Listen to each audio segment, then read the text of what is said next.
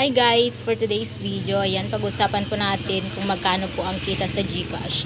Ito po yung service fee ng aming GCash. Ayan, 1% lang po. So, 1,000 pababa 10 pesos. 1,001 to 2,020 pesos lang, mga ganyan lang po. Ayan, so yan po yung service fee natin and titignan po natin kung magkano po yung kita po sa GCash. So, sa mga walang GCash dyan, mga kasari, idagdag nyo po ang GCash sa inyong sari-sari store kasi napakaganda po nitong extra income. Kung baga, wala kang lugi. Yun nga lang, malulugi ka kapag hindi mo tinignang mabuting transaction kung na-scam ka.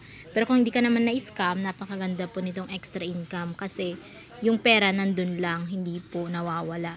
Kasi nandun lang sa GCash at the same time, kung hindi naman sa GCash, nagiging cash siya. Yan.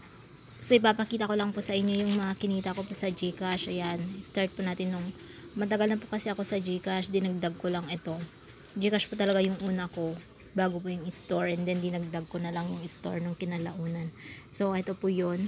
So, nung August, nililista ko po kasi yung mga nag-GCash sa akin. Ayan, so ito po yung service fee na sinisingil ko sa tuwing may nagpapa-GCash sa akin. So, ito po yun. So, yun nga lang, medyo magulo itong listahan ko, pero at least naintindihan ko, nakikita ko magkano yung kinikita ko. So, ito po kasi yung cash in, cash out, tsaka kung magkano, and then yung service fee niya. So, sa August po, yan, ito po lahat ang kinita ko. So, naka 5,000 naman po ako sa loob ng isang buwan. Ayan.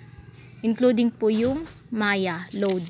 Kasi nung August po, ito po yun, may mga pa-cashback po yung Maya. Ayan, so mas malaki pa yung cashback kaysa sa kinikita ko po sa load kasi 5 pesos lang po yung patong ko sa every load. Kagaya ng 99, 5 lang pinapatong ko. So, ganun po. So, ang cashback na na-receive ko sa Maya kasi nagbibigay siya ng cashback. Every 500, meron kang marireceive na 25 pesos na cashback. So, naka-receive po ako ng 404 plus po yung load na kinita ko, so 600. So, pinag-plus ko po yan, so 1,000 plus. And then, yung kinita ko naman po sa GCash ko, cash in, cash out. Tsaka minsan, dito rin ako naglo-load. So, kumita naman po ako ng 4,000. So, i-plus po natin. So, kumita po ako ng 5,000 sa pag-GCash. Nagsimula lang po ako dito ng 10,000 na kapital. Pero, tignan nyo naman, oh, nakakapagbigay siya ng 5,000 income. So, check naman natin yung the month of September. So, ito po yung September ko sa cash in, cash out po. Ayan. So, ayan siya. So, nililista ko talaga bawat, everyday na nagtra-transact, nililista ko para alam ko yung magkano yung kinita. So far naman, kumita ako dito ng 4,428 sa total na load at saka GCash. So, sa load naman, ng September, ito naman po yung kinita ko. Kumita naman ako ng 673, including po yung cashback ni Maya. Mas malaki pa yung kinita ko sa cashback kaysa sa load. Kasi tigpa 5 lang yung singil ko sa every load. So, ayan po lahat. So, okay naman po. At least, 4,000 or 5,000, malaking bagay na po yun sa isang store or sa isang GCash. Kasi yung pera nandun lang, hindi naman nawawala. Nagiging GCash lang siya or at the same time, nagiging cash. So, wala pong lugi.